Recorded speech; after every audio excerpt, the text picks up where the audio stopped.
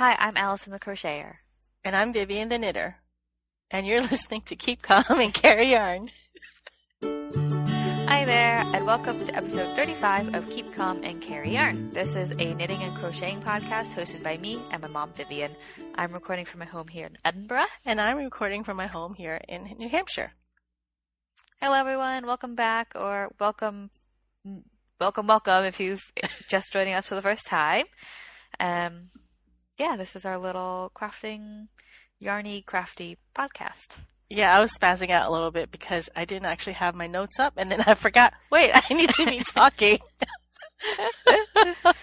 Oh, we forget so quickly. Yeah. Well, I feel like you should be...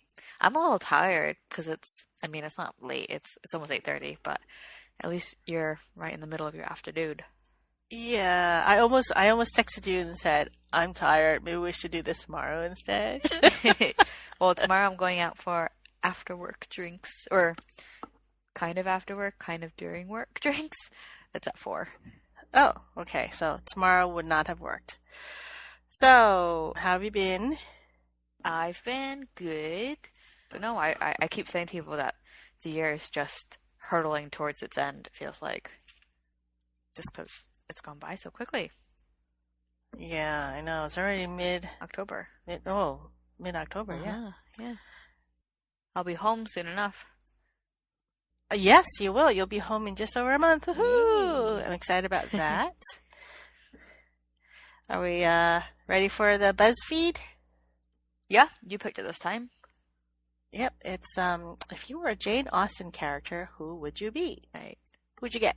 So, I got Emma Woodhouse from Emma. The description says, Jane Austen herself once said that in creating a character like Emma, quote, I am going to take a heroine whom no one but myself will much like. That sentiment still holds true for you. You're one of those people people you either love or hate. You're strong, decisive, and clever, and your opinions might not be to everyone's liking, but they're yours, and you won't be silenced. Your greatest weakness is that you're a bit of a busybody who pries into other people's lives a bit too much. Despite the best of intentions, it's something that can annoy your friends. This is obviously just completely not right. No, it's like, that is not you. I don't know. It doesn't describe anybody in our family. One would hope. I think that I can be strong and decisive and clever. Yeah. I don't know about the decisive part. Okay, that's true. You can be very wishy-washy. Very wishy-washy. But at work, I'm pretty decisive. Okay. Yeah, that's your work self. My work self is not your my work self is decisive. My deciding if I want to buy these shoes self is not decisive. I think you get that from your dad's side of the family. Right. So who did you get? I got Anne Elliot from Persuasion. You are elegant and possess a great capacity for empathy, which makes you naturally sweet and gentle, which is of value, particularly in one-on-one situations.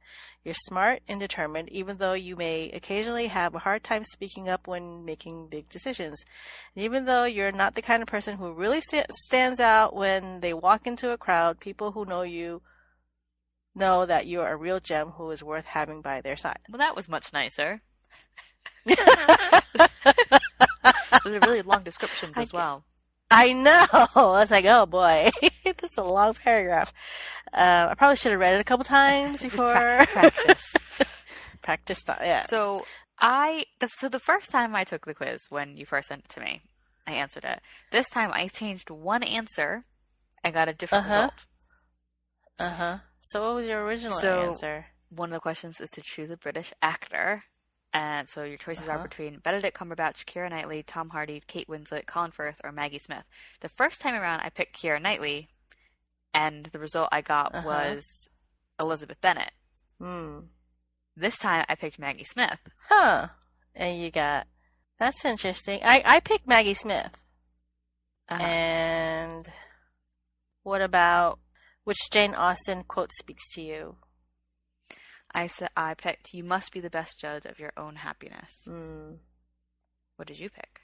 I picked, there is no charm equal to tenderness of heart. What about... I liked my quote because it's very much like I think it's very relevant to today, like modern day Mm-hmm. social media, Instagram. You can't compare yourself to other people. Like you have to just feel for yourself, like what brings you joy, and you can't like look at other people's lives and be like, but they're having so much fun, which Instagram is perfect for, Yeah. which is bad. What place in England did you pick?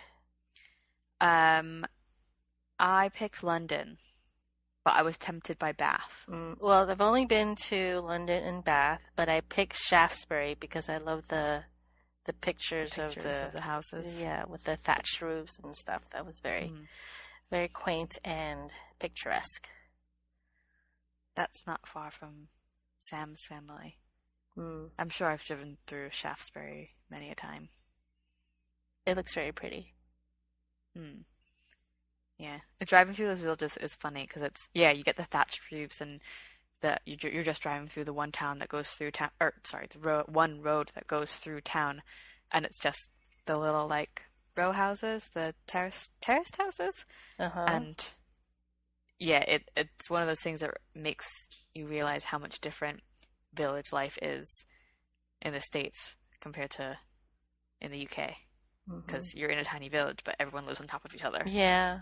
Well, I mean, when we used to drive to where you went to school, we kind of had to drive through little places where there were, little villages where the houses are really close, and then as you get further away from the center of the village, it's like fields and fields and fields. So it's kind of like that in the middle of New York.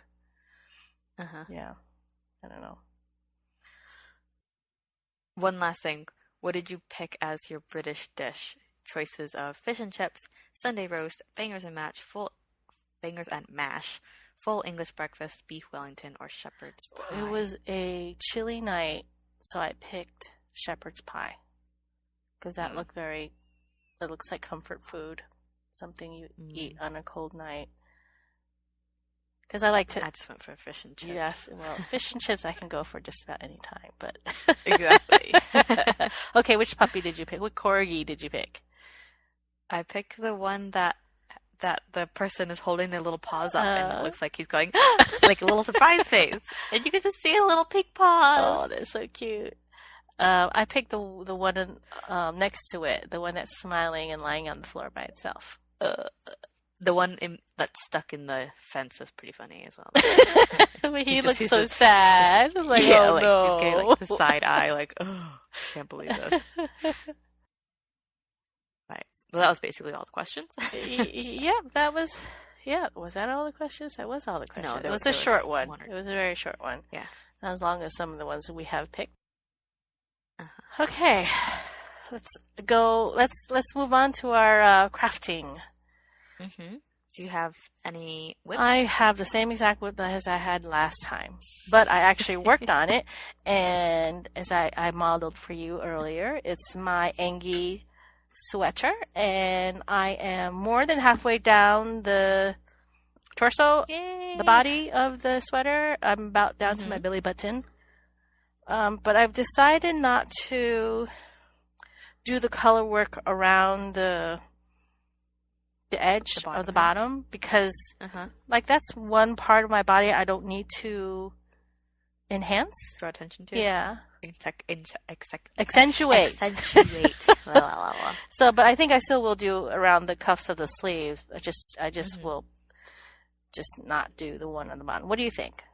Yeah. I think that's a good idea? I like that. Yeah. How far were you last time you talked about I had only picked it back up and like I put the sleeves on the waist yarn, and I only just started just a little bit of the body. Okay, so below the but yoke. I guess it's nice to see all the color work on the yoke with more of the context of the rest of the body.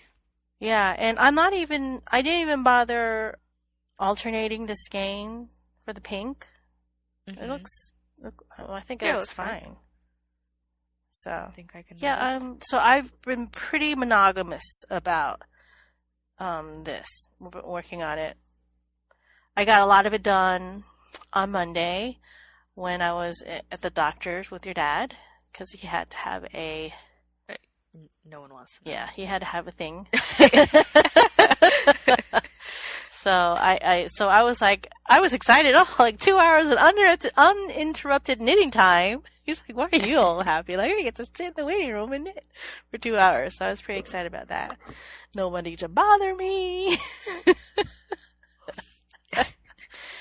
No chores niggling in the No back of your mind. chores, nothing to do with the dishes, no lawn to have to be mowed. So yeah, I was pretty happy with that. So what do you have for whips? So I still am working on my toe-up Gorman Street socks for the crochet sock-along. Well, it's sock-along. I finished one sock. Mm-hmm. Done. It's just, they're not, how tall would you describe these socks? They're like, what are they called? Ankle socks or, no, there's a word. What is it? Not quarter. I don't know. They just go over my ankle. What's the little knob of my ankle? Your ankle? The bone. That would be your ankle. Yeah, I know it's your ankle, but I feel like when I think about my ankle, I think more about like the skinniest part of my leg. No, well, your ankle bone anyway, the one that the my ankle bone. Out. Yeah, it goes just past. I was talking specifically about the bump. Yeah, it goes just above my ankle bone. So they're like ankle socks. Ankle socks, yeah, that would make sense. They're not like as short as no shows, but they're like ankle. No. So the pattern itself, in the book, it's like a shorty. Mm-hmm. So you just do the heel flap, and then you go once you finish the. Or is that just the heel? The heel. Once you finish the heel, you just go straight into the cuff. Mm-hmm. But it says that you can just carry on to do. So that would be like almost like a no-show shorty sock. Mm-hmm. Well, you remember when you asked me why would anybody want to do a was it afterthought heel? Yeah. And I was like, ooh. Well, afterwards I thought about it. It's like one reason why somebody might want to do it afterthought heel is for self-striping yarn if you don't want the yarn interrupted. Yeah. Right. So speaking of which, so I've got the self-striping yarn, and they're very fat, chunky stripes, which works well for crocheting because I've got significant stripes.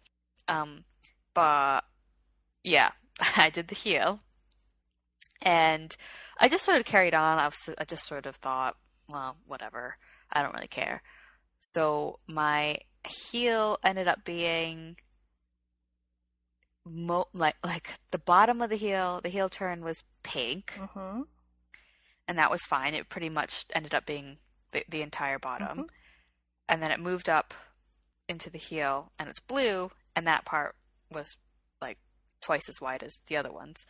And then, I don't know. I just didn't really know how the striping was working, and then it was annoying me because before I started the heel turn. The heel flap, heel turn. I'm just throwing words out there.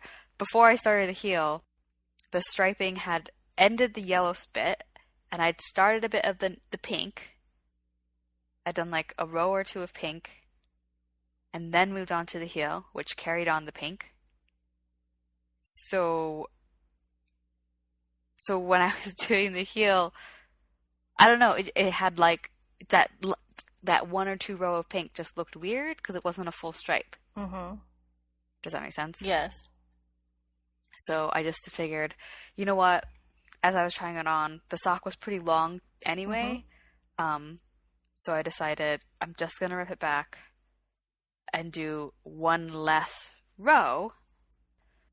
So there's no little pink bit at the end of the full yellow row.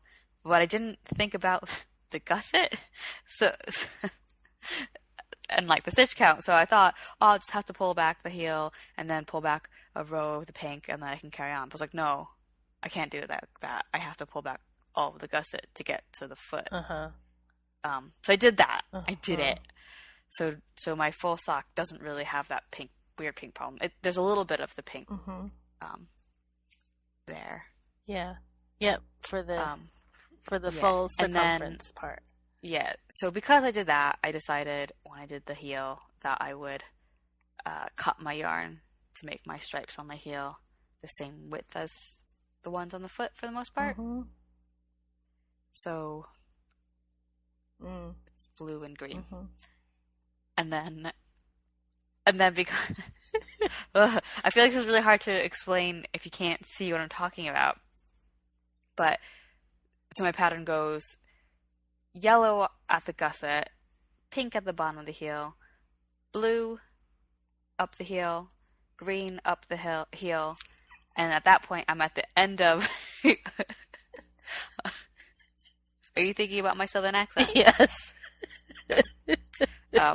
Heel. And then it ends, the heel, the top of the heel is green, and then at that point I'm moving on to the leg, and with that color pattern, the next color is yellow. Uh-huh. So the first stripe on my leg would be yellow, but then it would also be right next to the yellow that I ended my gusset with. So I'd have like a really weird fat yellow that splits. goes. Yeah. So I didn't want to do that, so I just skipped the yellow and skipped to pink. So yeah, the stripes don't really make sense, but they actually don't look that bad. Yeah, it looks good. But if I would have just put some yellow at the cuff. I would have just used like a contrasting yarn. I don't have any.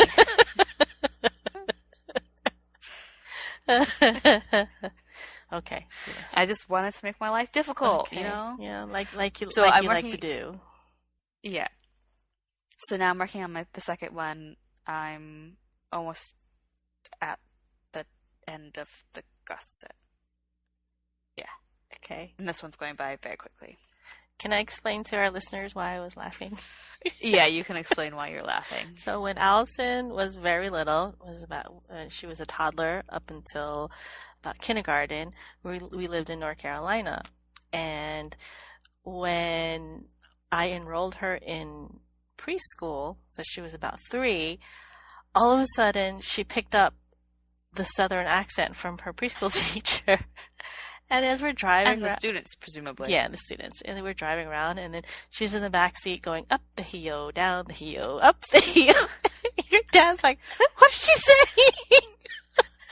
I was like, she's saying up the hill, down the hill. I was like, oh my gosh. So then when we're visiting our family in New Jersey, all the aunties would ask you, Matt, Alyson, say this, Alyson, say that. You'd be like, why are they making me say things? Like, because you have a Southern accent. Very briefly. Yeah, very, very briefly. Right, yeah. So up the heel, flap. Up the sock heel. Now I can't not hear it in my own voice. Even though I'm not saying hell, I'm saying heel. I'm saying what I mean to be saying.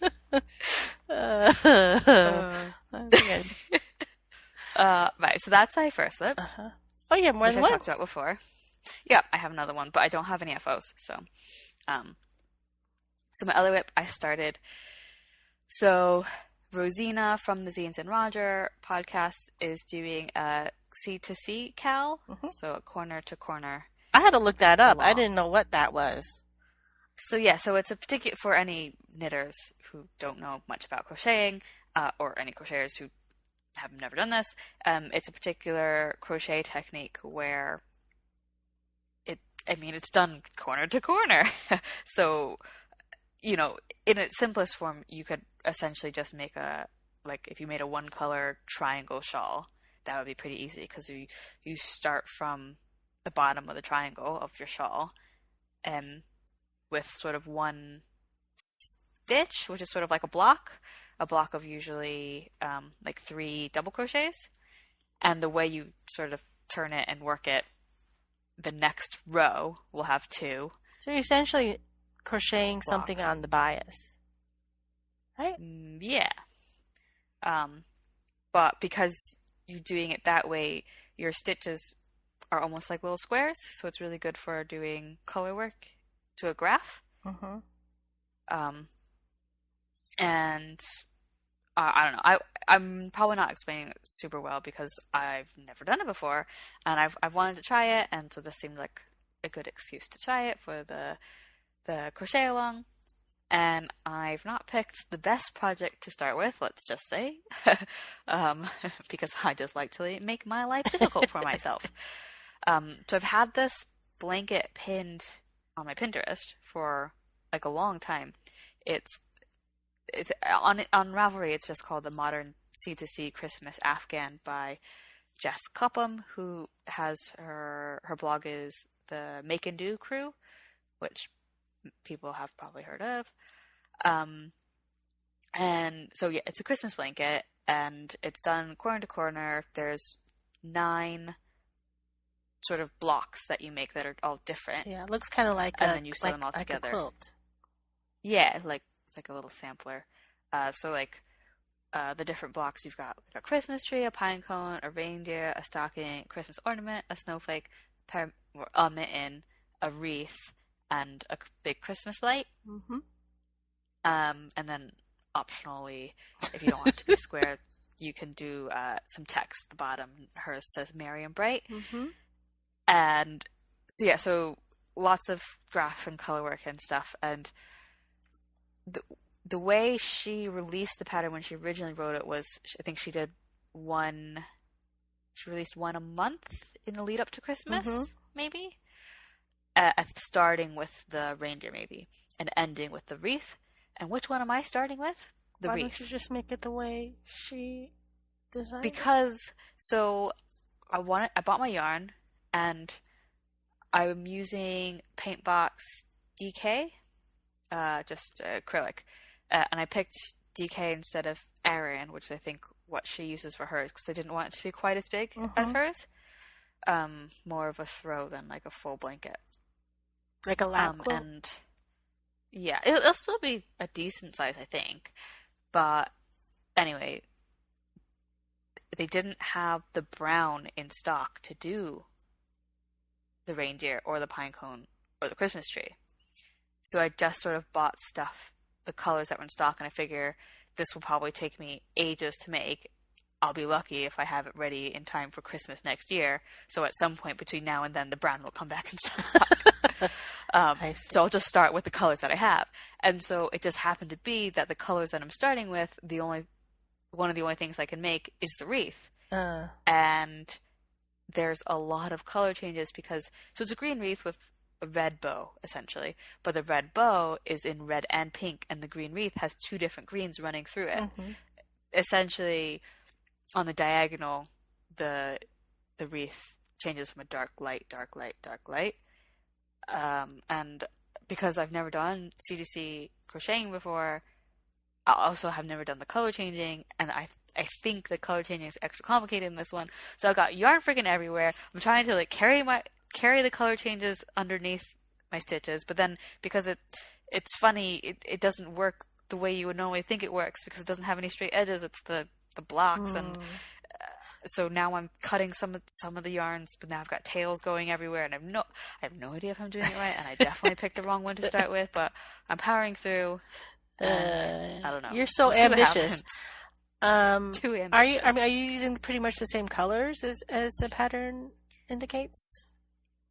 Yeah. So although I'm looking at the wreath, and when you look at just the picture, if you were just to glance at it, the 2 greens that are in the wreath, it almost looks like it could be the same. Like it could be just one green, mm-hmm. whereas there's a contrasting green in the Christmas tree, and the dark is quite dark, and the lighter green is. So my wreath, I think the dark and light, there's a bit more difference between them, so it's a bit more noticeable. Uh-huh. But the one thing, I think I told you about this already, didn't I? About the Christmas light? Yeah. Did you Instagram it? Oh, maybe I think I've Snapchatted it to you, maybe. So the Christmas light block is just a massive single Christmas light, and then you've got like the gray sort of to be silver bit at the bottom, and a little tail to represent, the wire. And the Christmas light is red, and it's giant, and it's just say it. The shape of a Christmas light, and it looks like a giant bloody tampon. And so remember, I've had this pinned for ages, probably over a year. I never looked at it and thought, that looks like a giant bloody tampon. I just looked at it and thought, that's Christmas light. And it wasn't until Santa saw that and he took one look at the picture and just looked at me and was like, what is that? And I was like, ah, crap. Oh, no. Well, you can make it green. Yeah, the easy fix is make it a different color. But now I'm just thinking, is it silly? Like, compared to everything else, it is. It's not abstract to my eye.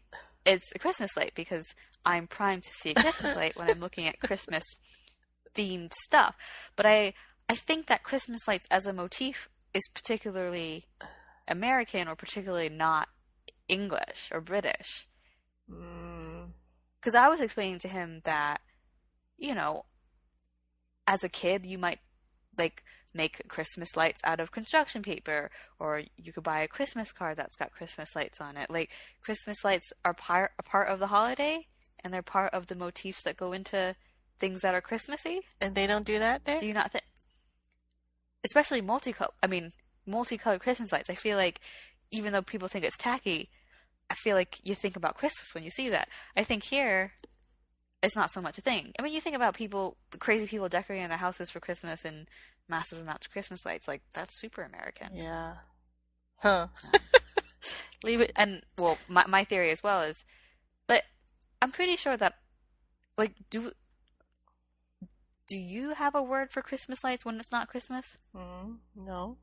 I don't think so. Like, just string lights? I mean, yeah, like, maybe string lights, like there's lights in the tree, but other than that, they're just Christmas lights. Like, I'm pretty sure that I might even say Christmas lights when it's not Christmas. I mean, that might just be a me thing. Whereas here, they call them fairy lights. You know, they're fairy lights, and I think even if they're put up at Christmas, you still would call them fairy lights. I don't know. Anyway, that was a really long tangent to say. I don't think I'm gonna put the bloody tampon on my blanket. I think I'm gonna change it to something else. I'm thinking maybe a present. Oh, okay. There's no present. I thought also maybe like jingle bells, but everything else, I would want the bell to be yellow, and there's no other yellow in the blanket. So it's sort of there's brown, green, red, and blue. It doesn't really look like a tampon. Has he ever actually seen a bloody tampon? I highly doubt I've ever seen a bloody tampon. But, you know, it's red. It's the right-ish shape. It's got a little string. Right, we'll stop talking about this now. Let's stop talking about it. So that's what I'm working on and struggling with, and my goal is just to finish this one block by the end of the cal, which ends mid-November, November 18th. So before I come for Thanksgiving, hopefully my first block. It's not a very portable project, is it? No, it's been sat on the floor for days. Why? Probably like a week, because I don't want to move it. It doesn't take up a lot of space, but you know, the yarn's it's all tangled, and I can't move it. Like, I only work on it sitting on the floor, so I can sort of like move the yarn around where it needs to go. It still gets tangled like crazy, but yeah. So those are my whips. Well, yeah. Well, last time you didn't have any whips. This time you have two. What? No, I had loads of whips last time. Oh yeah, you did. Last time I didn't have any whips the time before that. Okay, sorry. I'm getting my days mixed up. I'm doing things. You are doing things. Right. So do you have you said you had an FO? I only have one FO. And it was practically an FO last time. It's my Shorties hat. Yay! And you put a sheepy hat. Sheepy hat. It even has I made a pom pom. Oh, nice. The pom pom is all the colors. Well, both the colors. I mean, I did more dark of the light than the dark. It's like a salt and pepper pom pom. Indeed, it is. But the yarn is really really squishy, and just it still smells like sheep. So I'm happy with my EYF yarn. It's not too scratchy on your forehead? No, I mean, I haven't worn it all day or anything, but I can wear it without it bothering me. So Uh-huh. I've been blocking my hats on this. It's a ceramic latticed lantern. It's that turquoise one that I keep in front of the fireplace. And when you turn it upside down, it's kind of like a balloon shape. Head-shaped? Yeah, it's kind of head shaped, Uh-huh. except the bottom is flat. So I just have to like put a plastic bag on the bottom, top. which is come the top. The top. And then it's a perfect head shape. So I've been blocking hats on that, and it got destroyed like last week. It was just What? it was behind. It was sitting on the tile in front of the fireplace, and Willett's bed is also right there, right next to it. And something freaked him out, and so he bolted out of his bed, and the bed slid across the tile, knocked into the lantern thingy, Oh, the dear.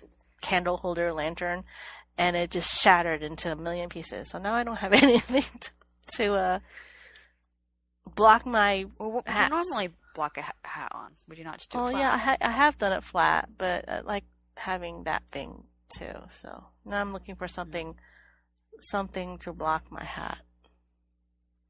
You get one of those glass head butt model things. Yeah, I do have a styrofoam head, but it's like baby size.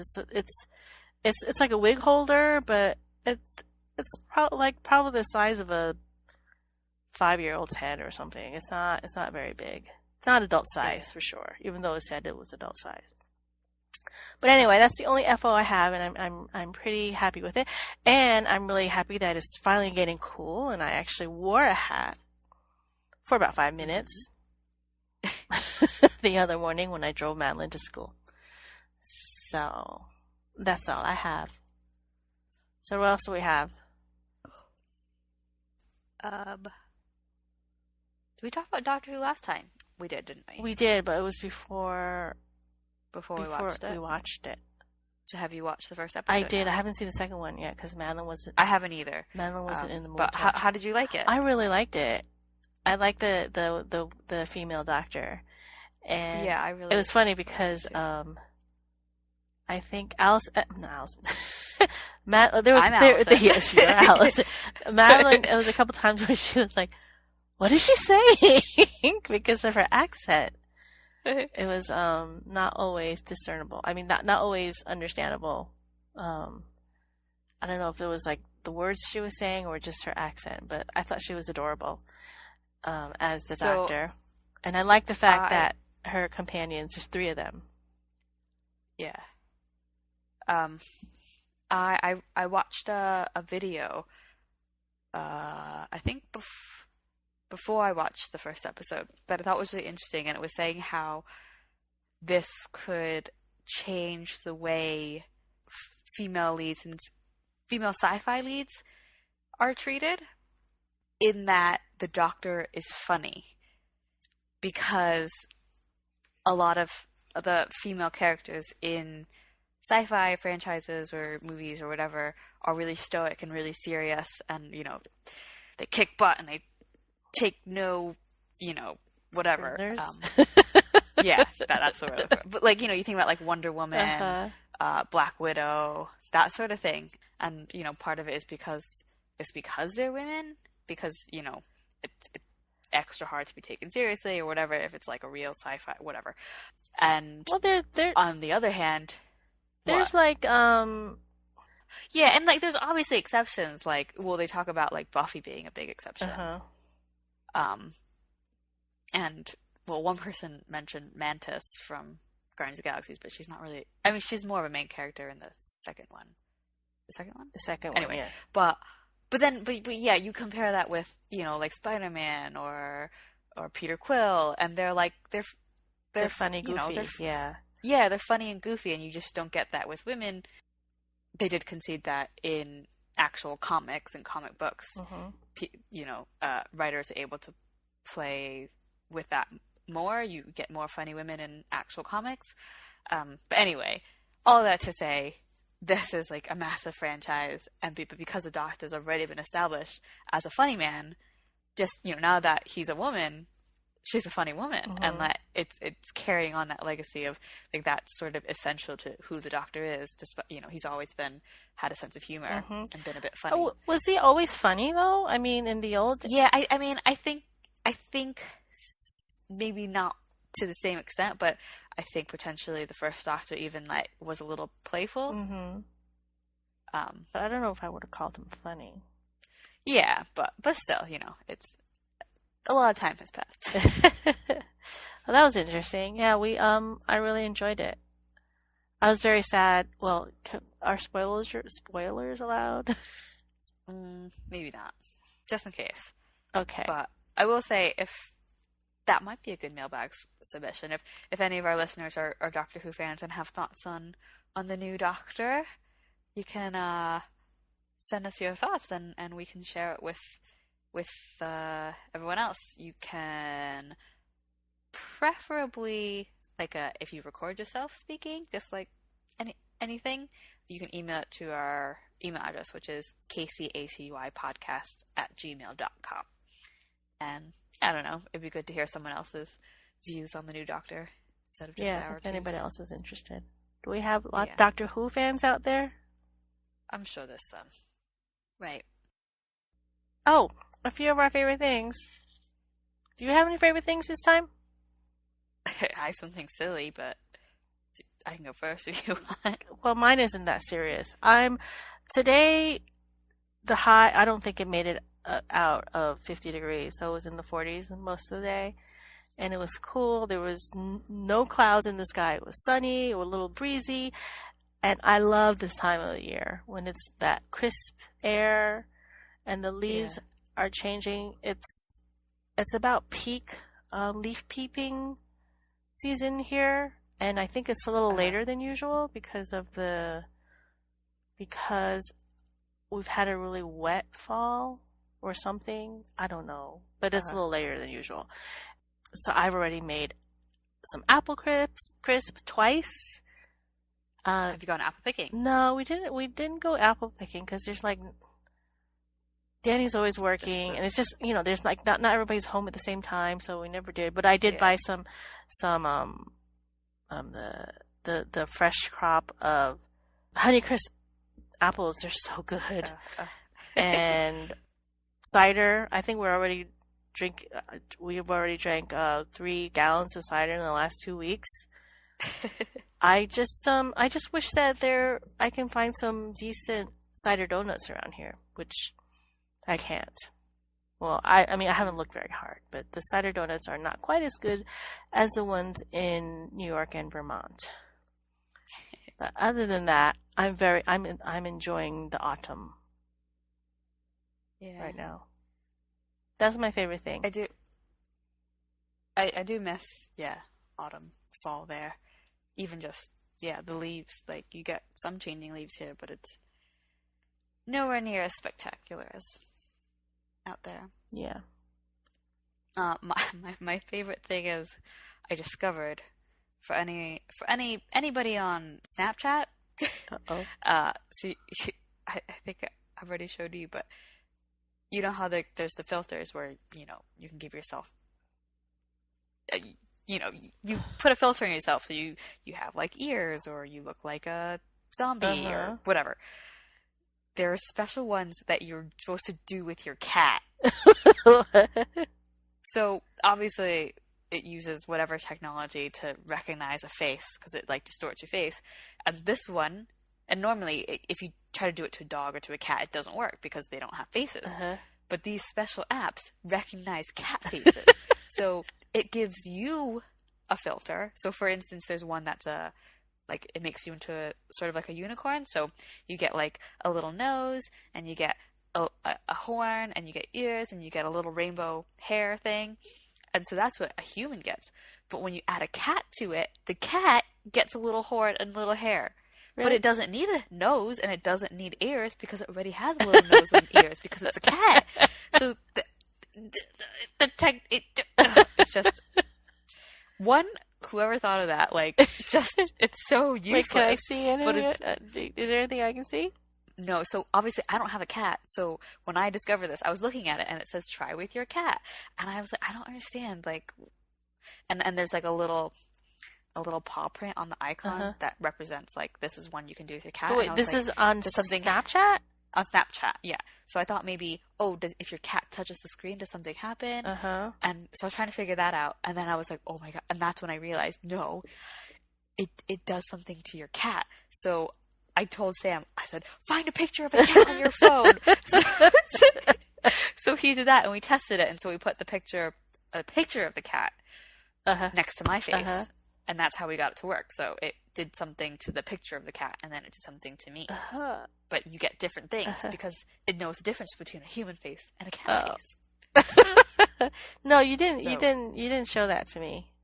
Oh my God! It's so funny, and I don't know why I'm sharing this as my favorite thing, but for anyone who has Snapchat and a cat, please send me pictures of you and your cat being Snapchat filtered.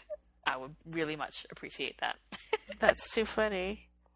I barely know how to use Snapchat. I mean, I get snaps from you guys, and I usually just type back my message. I don't actually snap back. So I do wonder because I think like my friends, my coworkers, they use Instagram, and they use Instagram stories, and I feel like at this point, most people I know of my peers that I interact with don't use Snapchat. I really only use Snapchat for keeping in touch with family. So with like Emily and that's because most of your cousins and they are younger. I mean, you are the oldest cousin on both sides of the family. Yeah. So I Snapchat Sam as well. But you know what? Sometimes it makes me feel old because you know what? I was using Snapchat in college. that was more than 5 years ago, and I've got some screenshots of what Snapchat used to look like, and it looked a lot different back then. You're gonna have to screenshot some of those snaps.